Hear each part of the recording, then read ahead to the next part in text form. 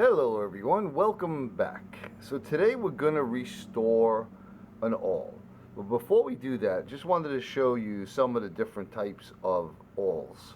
And one is actually not an awl. Do you know which one it is? I'm sure some of you do. So we have my bushcraft awl, right? We've all seen that. And then you have here, this was my dad's. This is a Stanley, says 69007 USA, and he used this one a lot. This was his primary awl. And then this one here is what's called a scratch awl. So basically you'll be using this for marking. Right tool for the right job. And then we have this, which is actually an ice pick. You remember to get those big blocks of ice and you would break them up. And it has a much thinner, I guess if you want to call it a blade or a pick end, as opposed to these other ones that are much thicker and tapered. So this does have a taper on it, but it's much, much thinner. And this probably would have came with like a wooden sheath. So you could throw that on there and then put it with your, in your kitchen drawer. So ice pick, it's sort of an awl and you can use it for an awl. And then here is our subject for today. I do not remember where I got this. This could possibly be my sister-in-law's father's, or it could be my uncle's, but it wasn't my father's. But this can use a little bit of cleaning up, a little bit of restoration. So that's going to be our focus today. So what you would do is, what I do is anyway, I always start off with a brass brush. Because that's going to be, the least amount of damage to steel is with brass because the steel is harder. So I would always try brass first. Like if you can see here, you got a little bit of rust. I would always try to get it off just with a brush first before I attacked it with any power tools. Okay, it takes a little bit of elbow grease. Now, if you can't get it off with this, then you can move to a soft stainless steel brush and try to get it off with that. And if that doesn't work, you can go to a more aggressive steel brush and try to get it off with that. And if that doesn't work, you can get one of these wire wheels, throw this on your drill, and you can use that.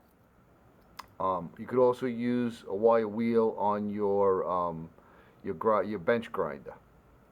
Okay, so I'm basically going to do that. I'm going to try to get it cleaned up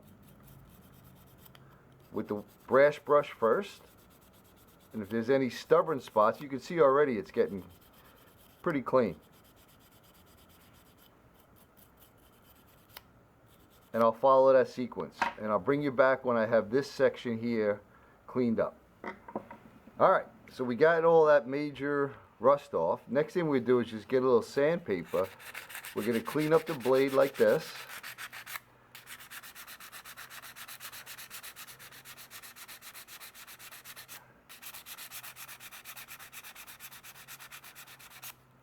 Just get it nice and clean.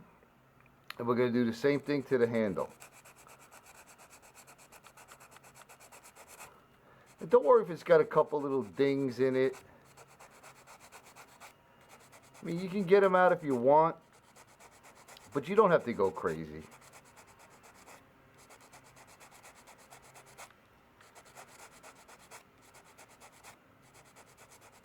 As you can see, I'm putting a very, very light touch to it. I don't want to go crazy with it. See, like it's got some dings there. I would have to sand a real lot of that to get that out. And we're just making it, look fairly decent. Like it hasn't been abused.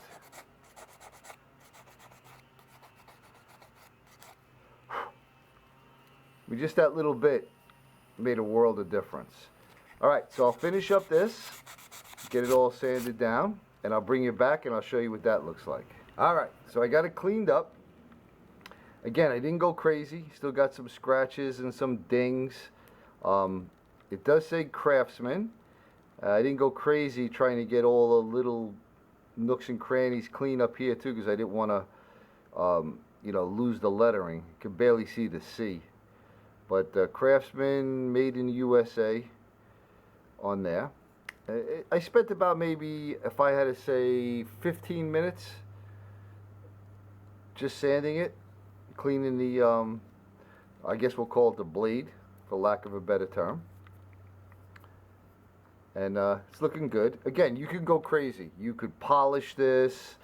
You could get every little nook and cranny out of here, every scratch. But we're just making this, quick and useful. I mean, I think total time into it right now, I got less than a half an hour. So next thing we're going to do is, hopefully this plate don't throw off my white balance, but I got here some degreaser and some super glue. You've seen me use this plenty of times. So we're going to do a little degreasing.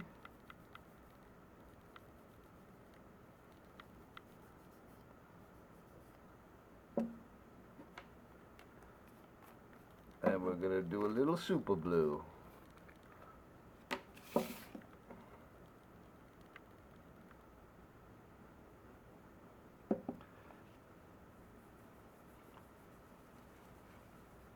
You can see how that darkens that up right away.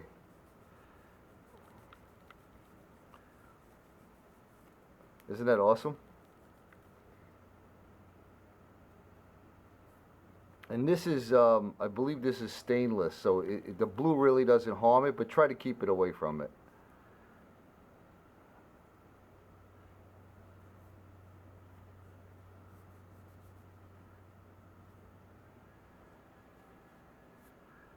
Beautiful.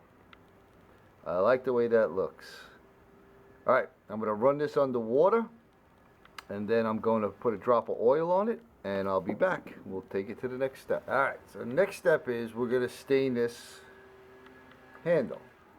So got a little bit of stain here.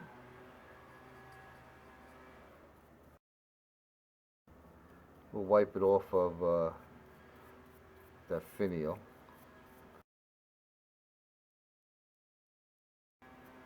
Now you could tape it all up, do all of that good stuff. But again, this is just a down and dirty, quick restore.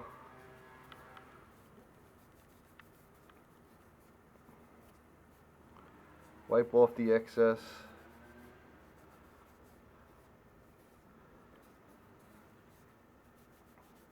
We're not trying to make it look brand new, See, you got some lighter. You could put a little extra stain in there.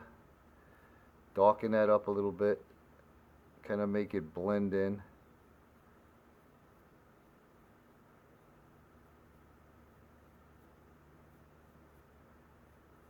And let it penetrate a little bit longer.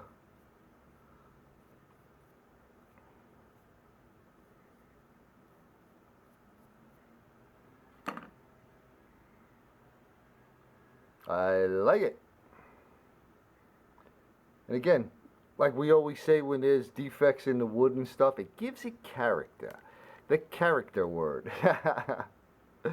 I mean, so basically that's it. If you got some linseed oil, you could throw some linseed oil on it. You could also put, a clear polyurethane on it. You could leave it the way it is once it's dry. But I think total time into this was probably 40 minutes. It might even have been less. So, I mean, you don't need a ton of power tools to restore a tool. And again, we're not going for, museum quality. We're going for, hey, I still use this thing, but I kind of want it to look nice. So I think we accomplished that. I'll see if I can do a screenshot and do a quick before and after.